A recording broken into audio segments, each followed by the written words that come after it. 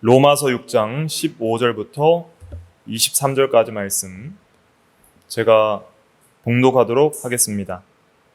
15절 그런즉 어찌하리요 우리가 법 아래에 있지 아니하고 은혜 아래에 있으니 죄를 지으리요 그럴 수 없느니라. 너희 자신을 종으로 내주어 누구에게 순종하든지 그 순종함을 받는 자의 종이 되는 줄을 너희가 알지 못하느냐. 혹은 죄의 종으로 사망에 이르고 혹은 순종의 종으로 의에 이르느니라. 하나님께 감사하리로다. 너희가 본래 죄의 종이더니 너희에게 전하여 준 바 교훈의 본을 마음으로 순종하여 죄로부터 해방되어 의에게 종이 되었느니라. 너희 육신이 연약함으로 내가 사람의 예대로 말하노니 전에 너희가 너희 지체를 부정과 불법에 내주어 불법에 이른 것 같이 이제는 너희 지체를 의에게 종으로 내주어 거룩함에 이르라. 너희가 죄의 종 되었을 때에는 의에 대하여 자유로웠느니라. 너희가 그때 무슨 열매를 얻었느냐? 이제는 너희가 그 일을 부끄러워하나니 이는 그 마지막이 사망임이라. 그러나 이제는 너희가 죄로부터 해방되고 하나님께 종이 되어 거룩함에 이르는 열매를 맺었으니 그 마지막은 영생이라. 죄의 삭은 사망이요 하나님의 은사는 그리스도 예수 우리 주 안에 있는 영생이니라. 아멘. 이 시간 말씀의 제목은 순종의 종, 의의 종, 하나님의 종. 순종, 의, 하나님의 종 세 가지를 말하고 있습니다. 16절 마지막에 보면 순종의 종 말하고 있죠. 그 다음에 18절 마지막에도 보면 의의 종 말하고 있고요. 그 다음에 22절 중반절에 보면 하나님께 종이 되어. 그래서 순종의 종과 의의 종과 하나님의 종된 생활을 이제 하라는 것을 촉구하고 있는 내용이 15절부터 23절 말씀의 내용입니다. 15절을 다시 보면요. 그런즉 어찌하리요 우리가 법 아래 있지 아니하고 은혜 아래 있으니 죄를 지으리요 그럴 수 없느니라 그랬습니다. 기독교 신앙에 있어서 큰 오해 중에 하나는 무엇이냐면은 이 당시의 유대주의적인 율법을 순종함으로 의와 구원을 획득하려는 유대인들도 그런 오해를 가지고 있었고요. 오늘날도 이렇게 기독교 뉴스들을 보면은 이런 이제 아티클이나 뉴스 댓글들을 보면은 기독교의 진리를 잘 모르면서 이렇게 비판하는 그런 오해하는 사람들이 있는데 가장 큰 오해 중에 하나는 무엇이냐면은 어떤 죄를 져도 예수만 믿으면 다 구원받는다. 이게 말이 되냐는 거예요. 어떤 죄를 지어도 거기 기독교라는 데는 다 구원을 받고 의인 된다더라. 방종하고 죄를 짓고 악한 행실을 하는데 어떻게 그런 자가 그냥 믿기만 하고만 구원을 받을 수 있냐? 믿고 나서도 다 죄악대로 살더라. 이렇게 이제 폄훼하고 잘 오해하는 사람들이 있죠. 이 당시에 이제 율법을 행함으로 구원을 받는다고 생각한 유대주의자들도 그런 생각을 가지고 있었던 것이죠. 바울이 오직 은혜로 오직 믿음으로 말미암아 의롭게 되는 것이지 행함으로 말미암아 의롭게 되는 것은 아니다라고 가르쳐 주니까 그것을 이제 오해하면 그럼 은혜 아래 있으면 죄 지어도 되지 않느냐 이렇게 생각하는 사람들이 있다는 것이죠. 우리가 법 아래 있지 아니하고 은혜 아래 있다라는 이 의미는 어떤 의미냐면은 법 아래 있지 아니하다는 것은 율법은 항상 존재하는데 하나님이 계신다는 것은 법이 항상 존재한다는 거거든요. 근데 이 법 아래 있지 않다는 것은 이 법적인 정죄와 형벌을 안 받는다는 뜻입니다. 왜 법적인 정죄와 형벌을 안 받아요? 누가 대신 받았기 때문이죠? 예수님이 대신 받았기 때문이죠. 자, 그러면은 법이 나를 정죄하고 형벌하지 못하면은 그 사람은 법적인 그 제재와 권력 아래 있어요, 없어요? 없게 되는 거예요. 그러니까 법의 힘은 형벌의 힘입니다. 구속력이 있어야 돼요. 법은 있는데 뭐 예를 들면 음주운전하면은 뭐 이렇게 벌금이 얼마고 뭐 징역이 얼마다 이런 형벌이 있어야 법이 구속력이 있잖아요. 근데 음주운전을 했는데도 그냥 뭐 무죄, 석방 이래버리면 법에 구속력이 없는 거예요. 그러니까 법의 힘은 그 형벌의 힘에 있거든요. 죄를 지면 반드시 벌 받는다라는 거기에서 법의 힘이 나오는데, 우리가 예수 그리스도를 믿으면은 값없이 죄사함을 받고 의롭다함을 받기 때문에 이 법적 구속력과 형벌에서 자유하게 되는 거예요. 자, 그러면은 우리가 예수 그리스도를 믿는 사람들이 죄를 지을 수 있어요, 없어요? 있죠. 근데 죄를 지어도 지옥에 가요, 안 가요? 안 가고 하나님과의 관계에서 끊어지지 않고 천국에 간단 말이죠. 그러면 사람들이 이제 오해를 하는 거예요. 그러면은 너무한 거 아니냐? 믿음으로 의롭다 하심을 무조건 받는다면은 죄를 마음대로 지어도 상관이 없다는 말이냐? 너희가 가르치는 교리는 그런 것이냐? 이렇게 말하는 사람들이 있다는 것이죠. 그래서 이제 은혜 아래 있다는 것을 잘 이해를 하지 못하기 때문입니다. 이제 법 아래 있지 아니하고라는 것은 법적인 최종적인 심판과 형벌 아래 있지 않다는 의미이고요. 법이 이제는 나를 심판하고 지옥 형벌을 내리는 구속력은 없다는 거예요. 하지만 성도에게도 여전히 그 율법이 유효하고 구속력이 있어요, 없어요? 있어요. 하나님의 자녀로서 이제 하나님을 사랑하기 때문에 마땅히 지켜야 될, 더 온전히 지켜야 될 법으로 하나님께서 우리에게 십계명을 명하시잖아요. 형벌은 받지 않아요. 하지만은 이제 사랑함으로 마땅히 지켜야 될 법으로 지켜야 되는 것이죠. 은혜 아래에 있다는 것은 어떤 의미냐면 이제 칭의의 은혜와 성화의 은혜 아래에 있다는 것이죠. 그래서 우리가 죄사함과 의롭다 하심의 은혜를 받아서 법적인 그 죄책과 정죄와 형벌로부터 자유할 뿐 아니라 또 우리는 하나님의 새 생명, 하나님께 영원히 살아가는 그걸 이제 영생이라고 표현하거든요. 23절 마지막에 보면 하나님의 은사, 하나님의 선물인데 하나님의 선물은 그리스도 예수 우리 주 안에 있는 영생이니라 그랬는데, 그 하나님의 은혜는 법적인 면과 실제적인 면으로 좀 구분하여서 생각을 하셔야 됩니다. 항상. 그래서 은혜라는 건 선물이에요. 선물.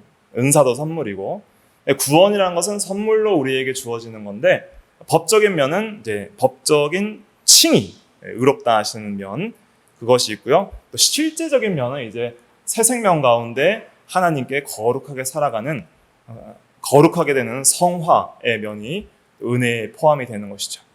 그래서 칭의 면만 강조를 하면은 우리가 오해를 할 수 있는 거예요. 그래서 값없이 의롭다 하심을 받았으니까 마음대로 죄를 지어도 되느냐? 그렇지 않다. 우리는 이제 성화의 은혜 가운데서 죄에 대하여 죽었기 때문에 이제 하나님에 대하여 살아가는 사람이다. 단순히 죄에 대하여만 죽은 것이 아니라, 그래서 죄사함만 받은 것이 아니라, 법적인 정죄에서 해방된 것만이 끝이 아니라, 우리가 받은 은혜는 이제 그것이 다가 아니다. 자, 이렇게 생각하셔야 됩니다. 예수 믿고 죄사함 받은 것은 이제 하나님과 전혀 상관없이 마음대로 죄짓고 살아도 괜찮은 상태가 된 게 아니라는 거예요. 죄사함 받고 칭의 받은 것은 이제는 오히려 죄에 대하여 죽고 이제는 오히려 하나님께 종이 되어서 의의 종, 순종의 종, 하나님의 종으로서 하나님에 대하여 영원히 살아가야 되는 존재로서 은혜 받은 거예요. 구원의 은혜를. 이 점을 이제 강조를 하는데, 6장 전반부에서 강조하는 것은 무엇이냐면 우리가 죄에 대하여 죽은 면을 강조하는 거예요. 죄에 대하여 해방된 면, 이제 법적 정죄와 죄책에서 해방된 면, 좀 자유케 된 면, 그 해방된 면, 18절에도 보면 죄로부터 해방된 면을 말하고 있잖아요. 죄로부터 해방돼요. 그럼 죄로부터 해방됐으니까 마음대로 죄를 지어도 돼요, 안 돼요? 안 된다 이거예요. 안 된다. 왜냐하면 이제 우리가 은혜 아래 있다는 것은 어떤 의미냐면은 하나님에 대하여 살아가는 면, 또 의의 종, 순종의 종, 하나님의 종으로서 이제는 우리가 사랑의 법에 얽매여 있는 거예요.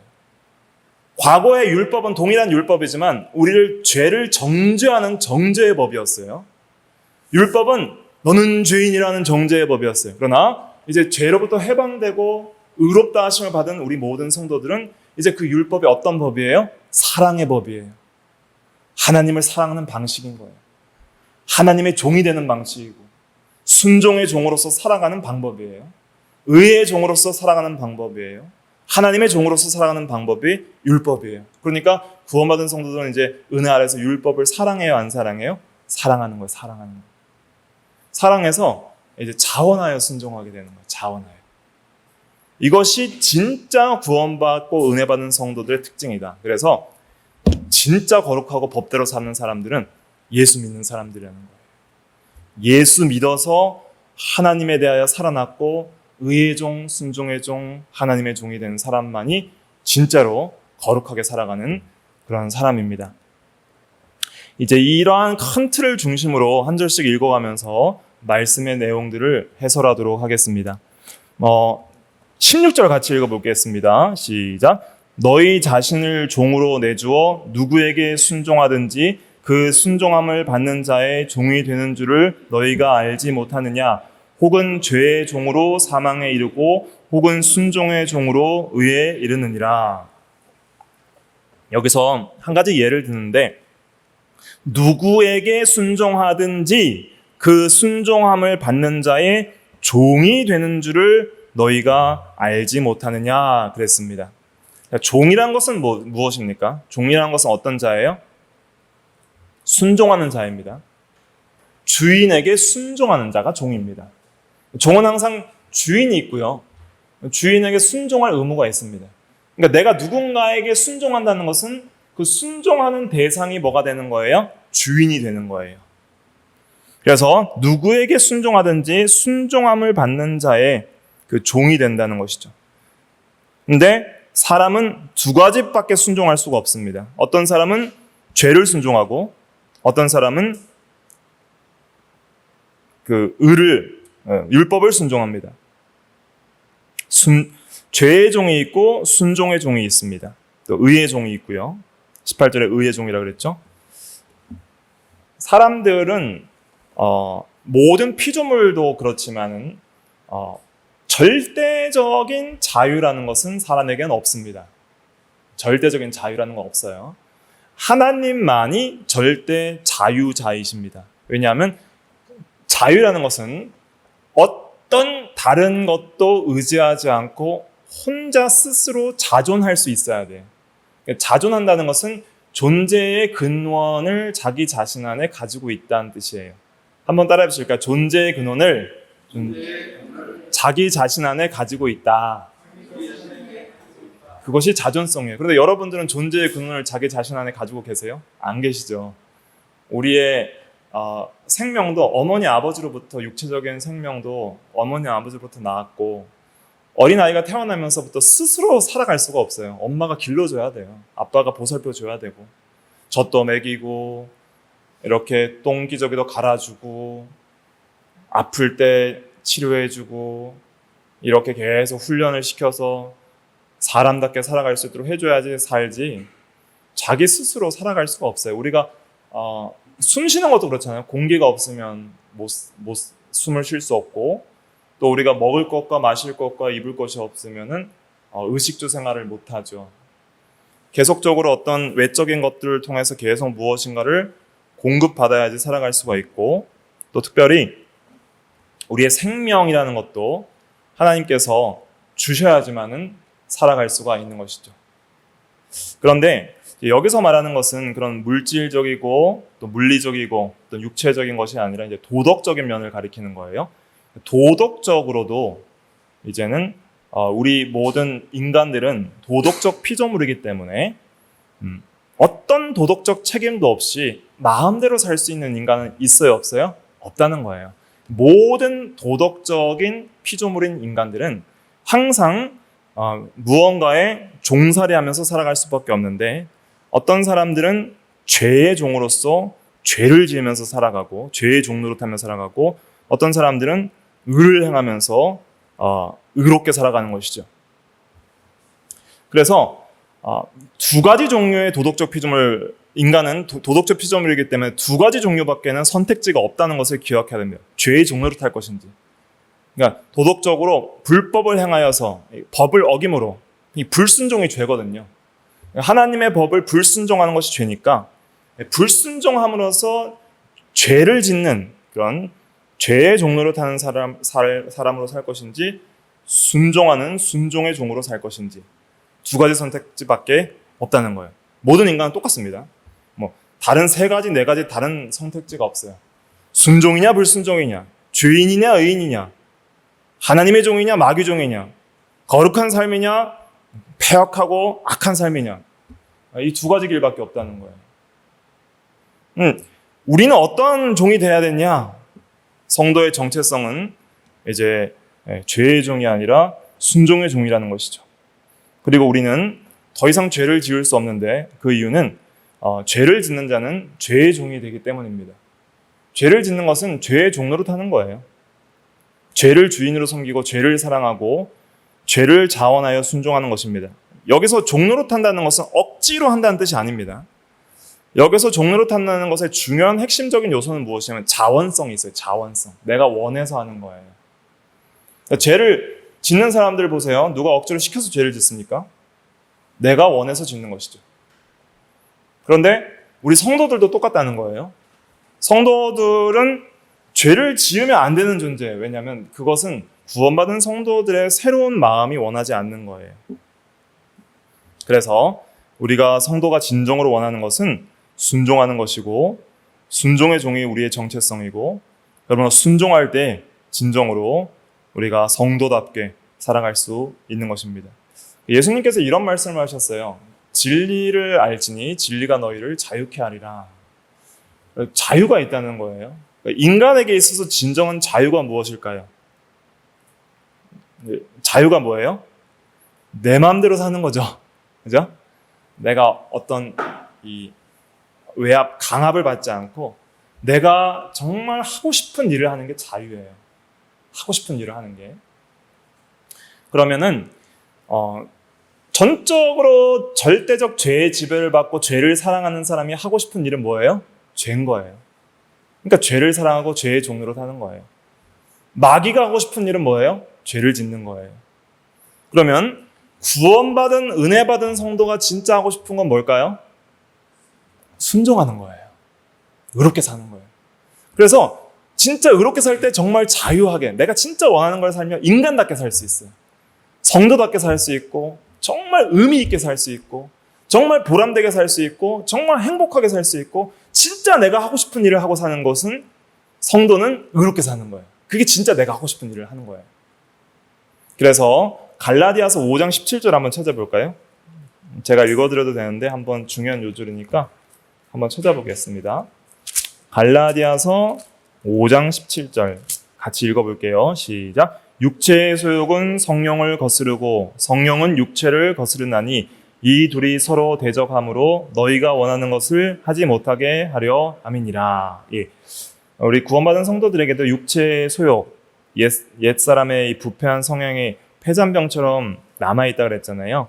이 남아있는 성향이 성령을 따라서 거룩하게 사는 순종의 삶을 대적한다 그랬습니다.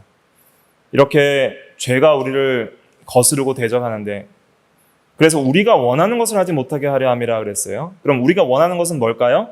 성령을 따라서 순종하는 것이죠. 순종의 종, 의의 종으로 사는 것이 우리가 진짜 원하고 이 원하는 대로 사는 것이 진짜 영적 자유예요. 내가 하고 싶은 것을 하는 게 자유거든요. 근데 성도가 진짜 하고 싶은 것은 뭐예요? 순종이에요. 의롭게 사는 것. 그럴 때 진짜 행복한 거예요. 자유하다는 것은 정말 행복하고 나답게 사는 거예요. 진짜 인간답게 사는 거.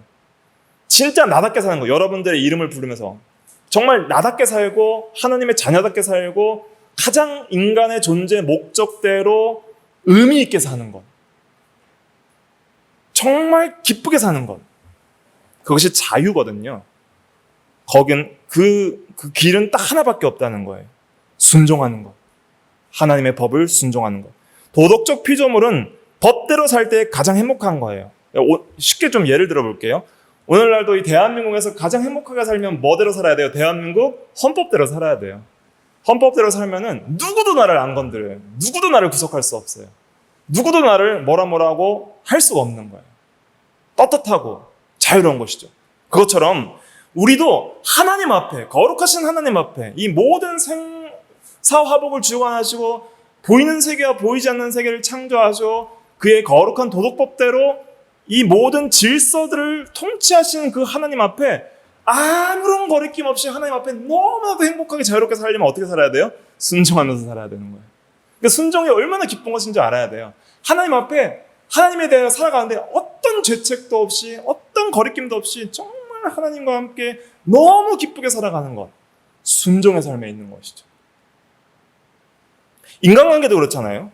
인간관계도 신뢰와 사랑과 신의가 전제되어서 서로를 존중하면서 살 때 인간관계가 너무 자연스럽고 행복하지만은 뭔가 그 사기가 있고 뭔가 이런 가식이 있고 외식이 있으면 인간관계가 자유롭지 못한 거예요. 뭔가 벽이 느껴지고 답답한 것이죠. 우리도 하나님에 대해서 진실하지 못하고 순종하지 못하고 정말 의롭게 살아가지 못하면 뭔가 벽이 있는 거예요. 항상 성도들도 하나님과 뭔가 벽이 있어요. 답답하고 심령이 답답하고 기도도 잘 안 되고 인생도 잘 안 풀리고 뭔가 정말 하나님과 항상 풀리는 관계, 항상 하나님과 자유롭게 교통하는 관계에서는 이 세상에서 여러 가지 어려움이 있어도 항상 하나님이 주신 은혜로 모든 걸 이길 수 있는 힘이 생겨요. 근데 여러분들이 하나님과 이렇게 벽 쌓고 순종하지 않으면서 살아보세요. 구원받은 성도라 해도 영적으로 막 답답한 거예요. 숨쉬기가 어려운 것처럼. 자유롭지 못한 것이죠. 항상 하나님의 법적 제재 아래서 하나님께 내가 구원을 받았는데 예수님이 나를 위하여 피 흘려주셔서 내가 죄사함 받았는데 이렇게 살면 안 되는데 내가 왜 계속 죄 가운데 살까? 이렇게 살면 안 되는데 그러면서도 죄를 짓는 이유는 누가 원해서 죄를 짓는 거예요? 내가 원해서 죄를 짓는 거예요. 내가 아직 그 죄의 종이 돼서 끌려가는 것이죠. 내가 원해서 자원하여서 죄를 짓는 거예요. 답답한 거예요. 그러니까 그렇게 살지 말라는 것이죠. 이제 죄의 종에서 순종의 종으로 살아라. 그때 정말 영적 생명의 평강과 기쁨과 자유가 있다. 진짜 행복이 있다. 이제 우리가 하나님께 감사해야 됩니다. 우리가 너무 부족해요. 저도 그렇고 너무 부족하지만 모든 구원의 은혜는 하나님께 있기 때문에 이제 17절에 바울은 감사로 이제 시작을 하죠. 17절, 18절 같이 읽어볼게요. 시작. 하나님께 감사하리로다. 너희가 본래 죄의 종이더니 너희에게 전하여 준 바 교훈의 본을 마음으로 순종하여 죄로부터 해방되어 의에게 종이 되었느니라. 이 구절이 굉장히 중요한데 하나님께 감사하리로다. 나한테 감사하거나 다른 사람한테 감사할 거 없다는 거예요. 인간의 공로에 구원이 있지 않기 때문에 하나님께 감사하리로다. 너희가 본래 죄의 종이더니 절대적인 죄의 종노릇하는 자였는데 너희에게 전하여 준 바 교훈의 본을 마음으로 순종하여, 마음으로 순종한다는 면을 강조하고 있잖아요. 죄도 마음으로 순종하고 의도 마음으로 순종하는 거예요. 율법도. 자, 그러면은 여기서 교훈의 본이라는 의미가 무엇일까요? 교훈의 본. 이 본이라는 헬라어의 원어는 티포스. 티포스인데 이 티포스라는 단어는 그 틀을 가리켜요. 틀. 어떤 모형을 만드는 틀. 붕어빵 장수들이 붕어빵 하시는 거 보셨죠? 붕어빵에 틀이 있잖아요. 틀을 딱 열고 이제 거기다가 밀가루 넣고 팥 넣고 또 밀가루 넣고 딱 닫으면 예쁜 붕어빵이 딱 하고 나오잖아요. 그래서 이 틀은 뭘 만들어요? 붕어빵 형을 만들죠. 모형을 만들죠. 본이라는 것은 모형이라는 의미도 있고 그 모형을 만드는 틀이라는 의미도 있어요. 틀이에요. 근데 이거 붕어빵 만드시는 분 이렇게 옆에서 지켜보신 적 있어요? 초보들 있거든요. 이제 어린 초보들이 만들 때는 밀가루를 너무 많이 부으면은 붕어빵이 막 넘쳐가지고 붕어빵인데 막 이런 큰 풀빵이 돼가지고 이만한 빵을 먹은 적이 있어요, 제가. 오히려 못 만드니까 많이 먹으니까 좋긴 하더라고요. 근데 정말 고수들은 탁 열면은 진짜 붕어빵만 딱 나와요. 옆에 막 이렇게 주위에 뭐 이렇게 잔 그런 빵 부스러기 없이. 그리고 그 또 붕어빵이 또 맛있는 붕어빵은 이렇게 팥이 안 삐져나와야 되잖아요. 팥이 안 삐져나오고 또 이 잘 이렇게 반죽을 못 넣으면 중간중간 듬성듬성 막 구멍이 뚫려 있거든요. 그러니까 틀에 잘 들어가야지 그것이 예쁘게 모양이 잘 나와요. 교훈의 본이라는 것은 그런 뜻입니다. 우리에게 하나님께서 복음과 율법을 주셨어요. 그러면은 마음의 틀이 바뀌어야 된다는 거예요. 마음의 틀이 과거에는 죄 짓기 좋은 틀이었어요. 죄의 유혹이 오면 마음에 탁탁 박혀요. 붕어빵 잘 만드는 것처럼 마음속에 죄 짓기 좋은 마음의 경향성과 틀이 있어서 죄를 마음에 많이 품고 죄악된 생각, 죄악된 말, 죄악된 행실이 잘 나오는 틀이 과거에 죄의 종로로 타던 우리 마음의 틀이었어요. 그런데 교훈의 틀을 받고 나니까 이 진리의 틀이 새로 생기는 거예요. 우리 마음속에 진리의 틀이 생겨서 이제는 복음과 율법의 가르침을 받아서 내가 이제는 정체성이 바뀌었구나. 나는 그리스도와 연합되어서 변화됐구나. 죄사함과 의롭다 하심을 받고 이제는 하나님의 종, 의의 종, 순종의 종으로 살고 죄에 대한 죽어야 되는구나. 그런 틀이 생긴 거예요. 그래서 이제는 그 율법들이 마음에 새겨져서 과거에는 이 법대로 살지 않는 것이 아무런 양심의 가책이 없었는데 이제 법의 틀들이 딱 생겼어요. 그래서 조그만 죄를 지어도 양심에 막 가책이 느껴지고 마음이 답답하고 자유가 없고 뭔가 흑암을 만나고 뭔가 마음이 답답하고 못 살겠는 거예요. 이제 물고기가 물 밖에서 숨을 못 쉬는 것처럼. 그래서 이 틀대로 살아야겠다 하는 게 생기는 거예요. 그 교훈의 틀이 잘 생기는 거예요. 근데 이 틀대로 잘 살려면은 그 붕어빵을 잘 만드는 것처럼 이 하나님의 진리의 틀에 내 마음을 잘 집어넣어서 맞춰야 되거든요. 진리의 틀은 있는데 내 마음이 그 틀에 안 맞는 거예요. 그리스도의 형상을 닮아가야 되는 그 틀이 있는데 내 마음이 그리스도의 마음이 안 맞는 거예요. 안 맞아요. 그러니까 그 틀에 계속 맞추는 노력을 해야 돼요. 붕어빵 잘 굽듯이 그리스도의 형상의 틀, 진리의 교훈의 틀, 그 틀이 이제 마음에 생겼으니까 그 틀에 마음으로부터 순종해서 그 틀에 순종하는 거예요. 그 틀에 자기 마음을 잘 맞춰 넣으라는 거예요. 삐져나오지 말고 파 튀어나오거나 구멍 퉁퉁 뚫리지 말고 진리의 틀에 온전하게 맞춰서 예쁜 붕어빵 나오듯이 예쁜 진리의 사람, 그리스도의 형상을 더 온전하게 닮아가는 사람으로 그렇게 마음을 맞추려고 하는 것이 하나님의 구원의 은혜라는 거예요. 죄를 지을 수 있어 없어 이런 사람이 없다는 거예요. 죄를 짓고 행복할 수도 없고 죄를 짓지 않으려고 하는 틀, 그것이 진짜 성도의 마음의 틀이라는 것입니다. 우리 성도들은 다 교훈의 틀이 있어요. 교훈의 붕어빵 틀이 있습니다. 붕어빵 생각하세요. 그 빵 집어넣는 것은 우리 마음이에요. 붕어빵은 우리 마음을 잘 걷다 집어넣어야 돼요. 잘 집어넣지 않는 게 뭐예요? 순종 안 하는 거예요. 마음으로부터 교훈해보는 순종하는 건 거기다 잘 집어넣는 거예요. 잘. 진리가 이렇지? 예수 믿는 게 이런 거지? 죄에 대하여 죽고 의에 대하여 살고 순종의 종, 의의 종, 하나님의 종으로 사는 거지? 율법을 온전히 자원하여 사랑하여 순종하는 것이 예수 믿는 거지. 거기다가 잘 맞춰 넣자. 이것이 우리가 예수 믿는 것입니다. 이걸 감사하는 거예요. 이거 하나님의 은혜로 되는 거거든요.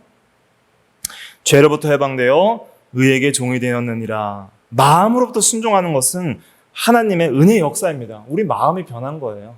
틀이 변한 거예요. 그러니까 틀이 아직 안 바뀐 사람은 예수 믿는 사람이 아닙니다. 이 틀이 전혀 없는 사람은 예수 믿는 사람이 아니에요. 그러니까 이 틀대로 안 살면은 마음이 답답해요.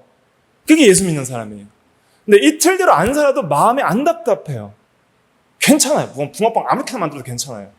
내 마음을 아무렇게나 해도 괜찮아요. 죄악의 종으로 돼도 괜찮아요. 그것은 진짜 은혜 받은 사람이 아닐 가능성이 매우 높다는 거예요. 그걸 생각해야 됩니다. 왜냐하면 죄로부터 해방되어 의에게 종이 되었기 때문에 의롭게 살지 않으면 답답해요. 죄의 종으로 타는 게 너무 답답한 거예요. 너무 싫은 거예요. 해방됐는데 다시 죄의 종로로 타면 너무 구속받고 너무 싫은 거예요.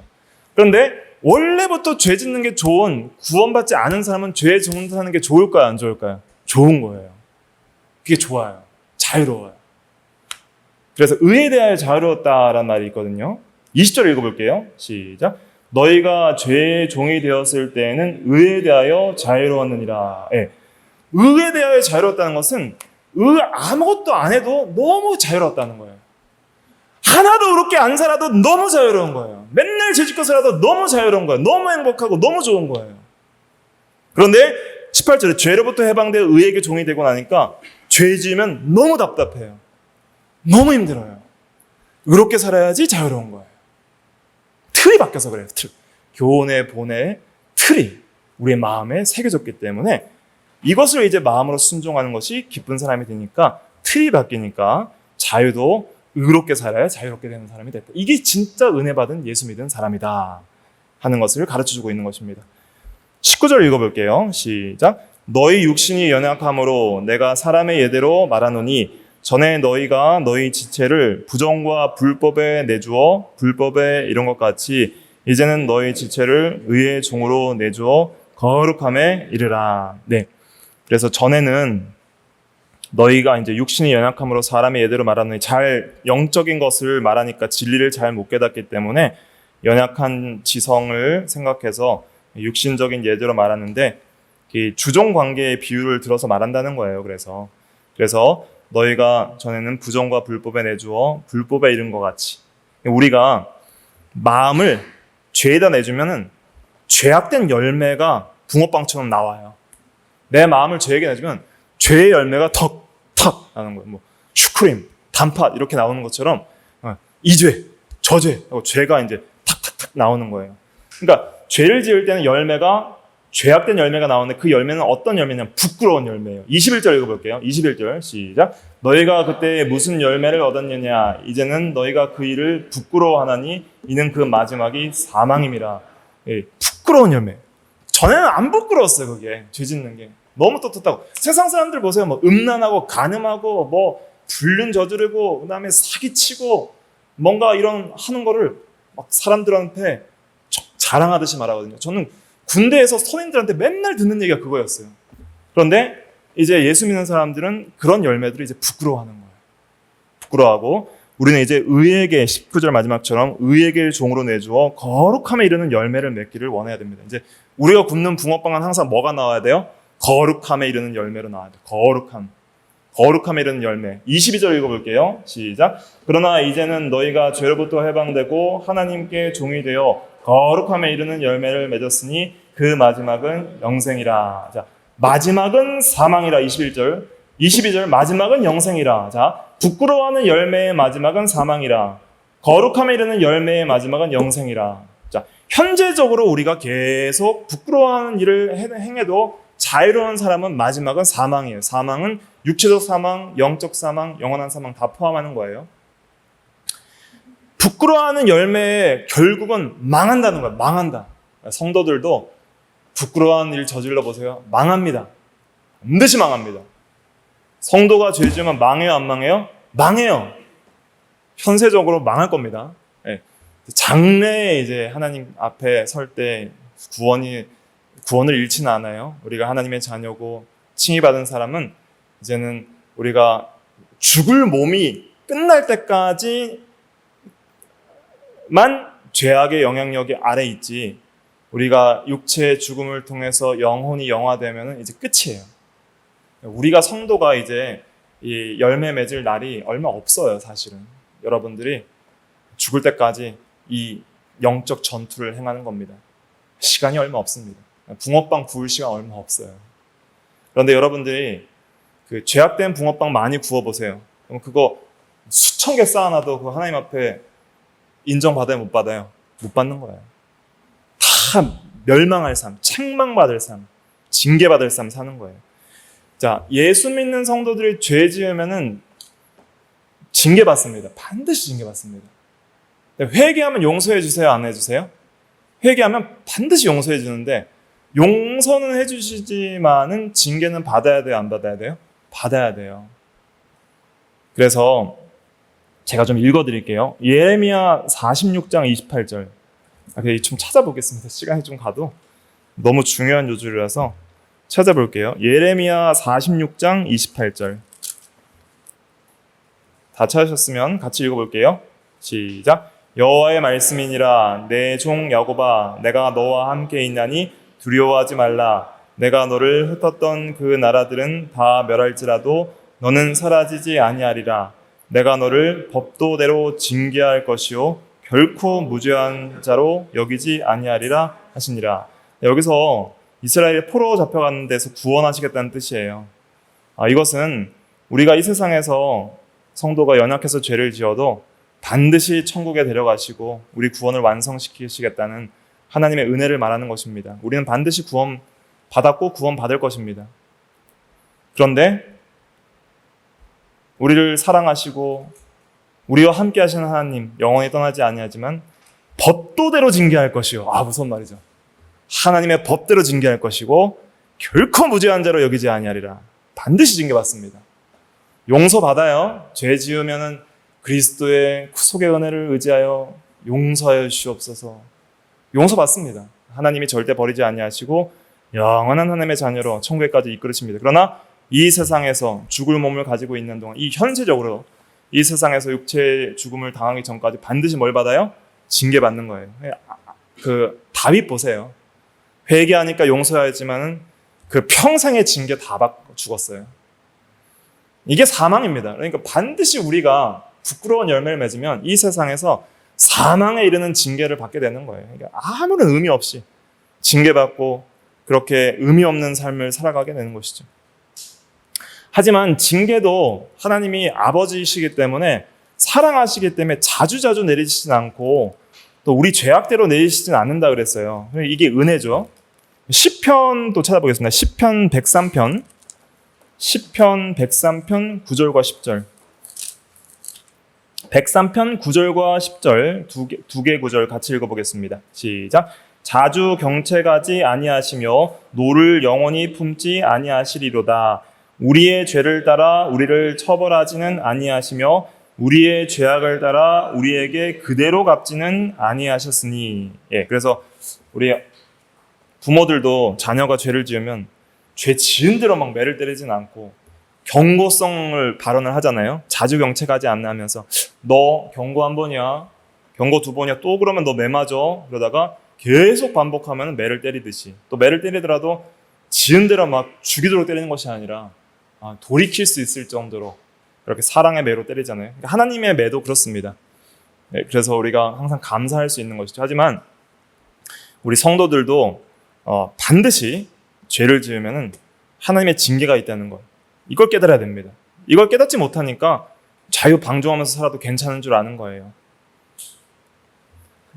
그 다음에 이제 마지막 하고 이제 마치겠습니다. 로마서 6장으로 넘어가셔서 로마서 6장 23절 읽어볼게요. 시작. 죄의 삭은 사망이요 하나님의 은사는 그리스도 예수 우리 주 안에 있는 영생이니라. 귀한 요절인데, 죄의 삭슨이라는 것은 죄의 대가를 말하는 거예요. 죄를 지면 반드시 그 대가는 뭐가 따라요? 사망이 따른다. 그래서 예수 안 믿고 죄 지으면 영원한 사망, 육체적 사망, 영적 사망, 영원한 사망, 3중의 사망을 다 당해서 영원한 사망으로 종결이 됩니다. 그러나 예수 믿는 사람은 죄 지으면 어떻게 될까요? 예수 믿는 사람은 현재적으로 사는 모든 삶이 멸해지는 거예요. 현재 내가 죄 짓고 사는 모든 삶은 하나님 앞에 심판받고 징계받고 아무런 가치 없는 삶을 사는 거예요. 그것이 현재적으로 성도들이 영적 사망과 같은, 사망은 아니지만 영적 사망과 같은 그러한 것들을 겪는 것이죠. 죄의 삭은 사망이다. 죄 지으면 반드시 망한다. 이거 항상 기억하십시다. 그래서 죄 지으면 반드시 뭐예요? 망한다는 거예요. 망한다. 그 죄 지은 결과가 반드시 따릅니다. 우리가 은혜로 구원받는 거예요. 하나님의 은사라는 것은 하나님의 은혜의 선물, 카리스마인데 은혜의 선물이라는 뜻입니다. 은혜로. 그래서 영생은 대가와 공로가 아니라 은혜로 우리에게 주어지는 것이고, 사망은 죄의 대가로 주어지는 것이다. 죄의 대가는 사망이고 영생은 하나님의 은혜의 선물이다. 그리스도 안에 있는 것이다. 영생의 정체는 무엇인가?